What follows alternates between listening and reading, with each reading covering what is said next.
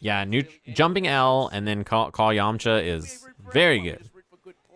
All right, so same team. The one thing that you'll notice when you watch these two play is that Kazunoko, like I've talked about previously, he's not the most optimal guy on the planet. But his player interactions are super, super top tier. Top tier is Sven Holtz, Twitch Prime sub. Thanks very much. 2H. This is what I mean about player interactions too, is that even situations like this where mid-screen the Ghost Oki, like we mentioned before, it's not as good as like the mid-screen or the corner setups or the backdash and setup ghost or the float back. But Kazunoko still makes it work. I think his ability to read defensive patterns and habits is world class, right? Snap?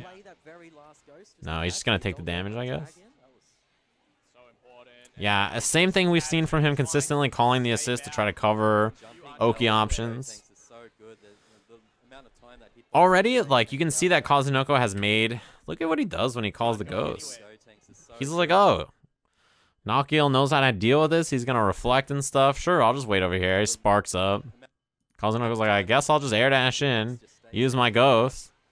Same thing we just saw again. He's already recognized the defensive choices, right? He got them both.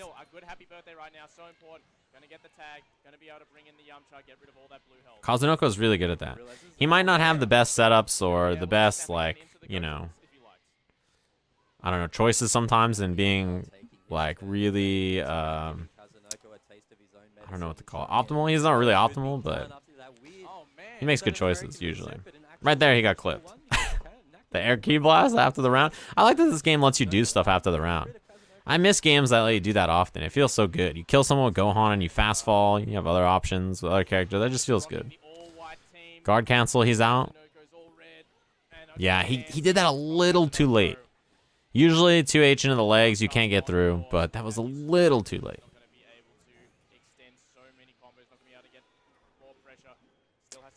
Yeah, at that range, that was a good Oki option. Nice. Kazunoko, good choices. This range here, you usually just use Masenko plus Gotenks assist. If you're not already reflecting, probably can't reflect there as long as it's a true block shooting. And then backdash, instead of trying to do like M and getting eaten up by this assist, he just does 2H from really far away. Excellent lockdown from Kazunoko, being that long range after the super. Did the beam with the galactic donut assist to cover himself as he went in. Got the Spark up. He doesn't have the smash. Yeah, I'm surprised he sparked. Because the vanish hit, right? That meant that he probably wouldn't have been able to kill. Weird spark. But, I mean, that's Kazunoko. Weird choice. I don't think it's going to end up mattering that much because level 2 sparking lasts for a while.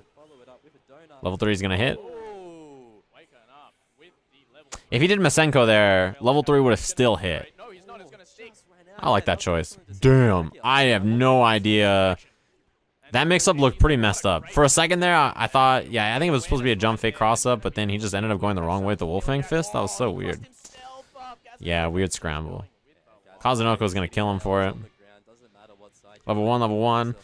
Was that the first level he got? Yeah, that was the first level for Gohan. Never understand why Kazunoko does ugly-ass combo with Gohan.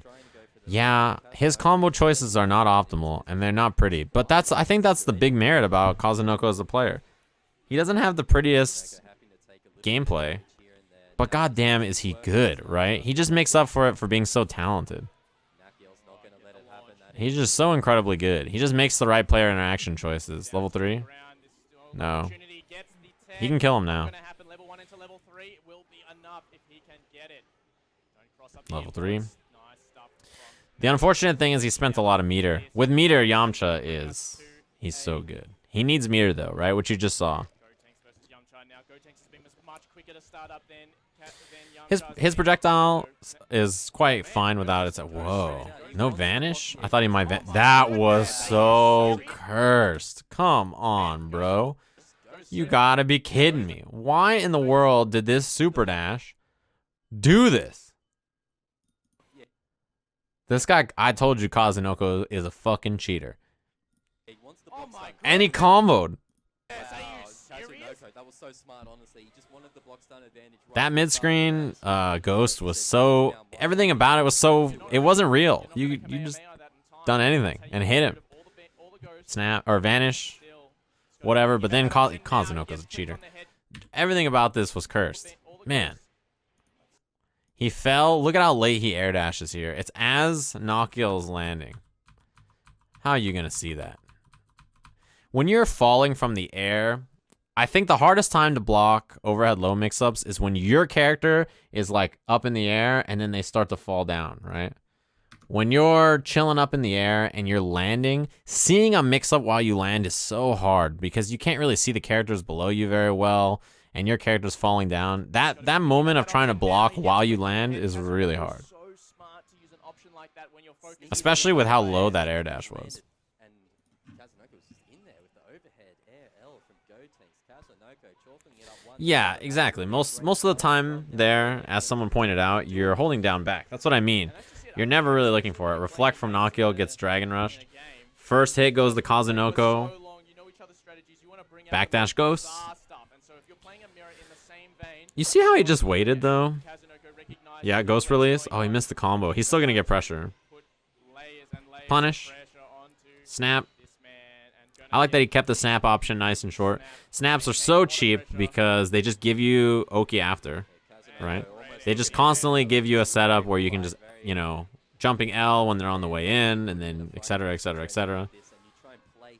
He's got one Ghost left, right? He just used Yamcha assist for the extension. That was really well played.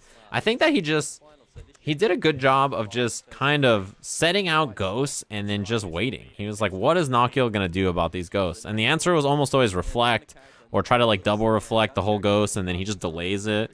Like, he's not even really using the ghost right away. He's just calling them and being like, what are you going to do about it? What's your answer? And I think like it's one of those situations where it's almost like Nakkiel's knowledge is working against him. You know what I mean? Where he knows like, all right, if he does this, this, and that, I can get out in these ways. But because of that, it's almost like he always tries something to get out. Nakkiel's one of those guys that's like, I know that if he does this, this, and that, I can always beat it with this. So he tries one of those options, and Kazunoko's just making better choices about what to do.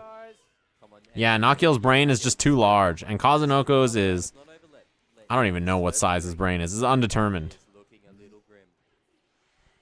That sucks. Unfortunate. One of the worst things that could happen is you commit to something that would be a mix-up on block, but he got hit. I think, yeah, Kazunoko's brain is anywhere from the largest on the planet to the smallest. It just fluctuates. That's what makes him so hard to beat. It's both at the same time. It's simultaneously the largest and smallest brain I've ever seen. That's why he's so hard to beat. He does such a good job of being unpredictable. This isn't really that good of a, yeah. I mean, you don't really get too much there. I like that choice. You know that Kazunoko has to set up some funky. This is what I mean when I talk about Oki off snaps, right? You get a mid-screen hit, you whiff air legs, you air dash in case they back tech or something. You know, you try to set up some Oki here or whatever. This is why people snap. Because mid-screen, you know, you're trying to set up some kind of Oki, you're trying to set up, you know, some shit, and your opponent just is like, I guess I'll just 2H. Why deal with this when you could just snap somebody and kill them, right? You just guarantee the Oki on the way in. Yeah, ready to chalk this one up 2-0, but it's still Nakkiel. We need the spirit bombs. Wow, he activated Spark. That's such an interesting choice.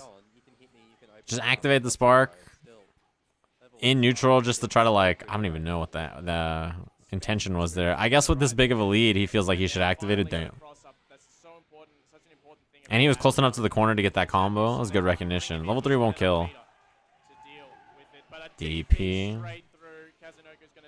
Good combo choice to get Gohan out. H Beyblade, hella meaty. The meatiest meaty of all time. Yeah, Kazunoko is very hard to beat. In every game across, you know, any fighting game he's ever played, he's been difficult to beat because his offense is so overwhelming because he just knows what you're going to do. He's so good at, like, finding Kazunoko's biggest strength is finding his game plan or his style in a game and just playing it and running it until you just drop. Eventually, you'll make a mistake. Eventually, he'll find some weakness or something that he can prey on.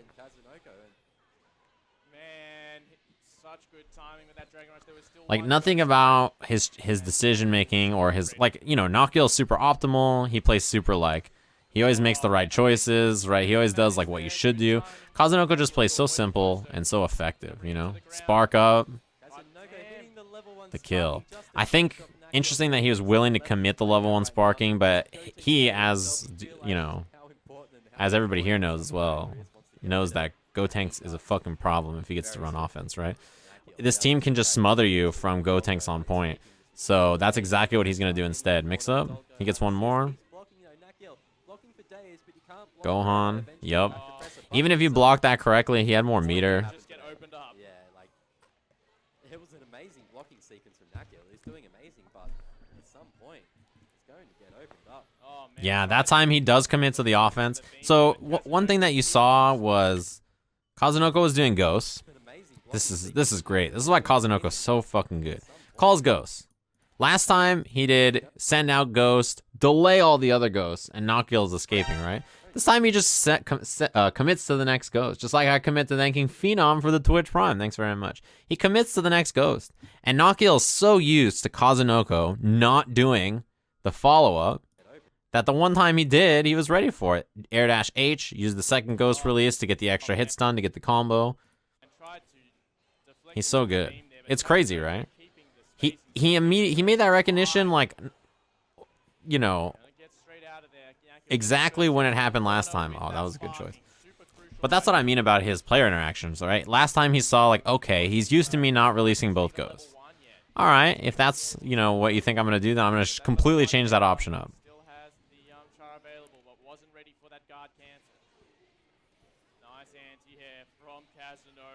It's a good choice. Yeah, I mean, it's very similar to like the style he runs in Guilty Gear. That's a good comparison, the Raven style. Put the projectile on top of you and make you guess. What's going to be your option? You're going to try to dead angle? Or are you going to try to like blitz it? Or are you just going to sit there and block?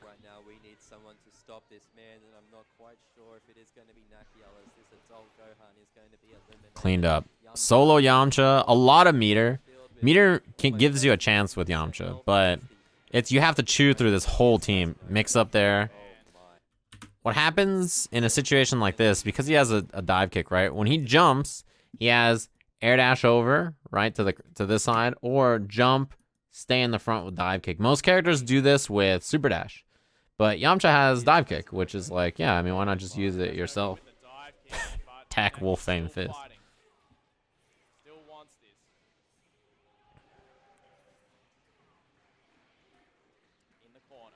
What you got here? Air dash over. Good call out. Kazunoko is a beast. Not today. Not on Kazunoko. You air dash once, air dash again, Kazunoko's already ready. He's a beast, man. He's such a beast. I didn't bring this up when I was talking about the match, but someone in the chat says, it sounds like you're making excuses. If Nakkiel's brain is so big, why doesn't he beat Kazunoko? Well, the two things are not related. There are players who are extremely technical and very, very, like,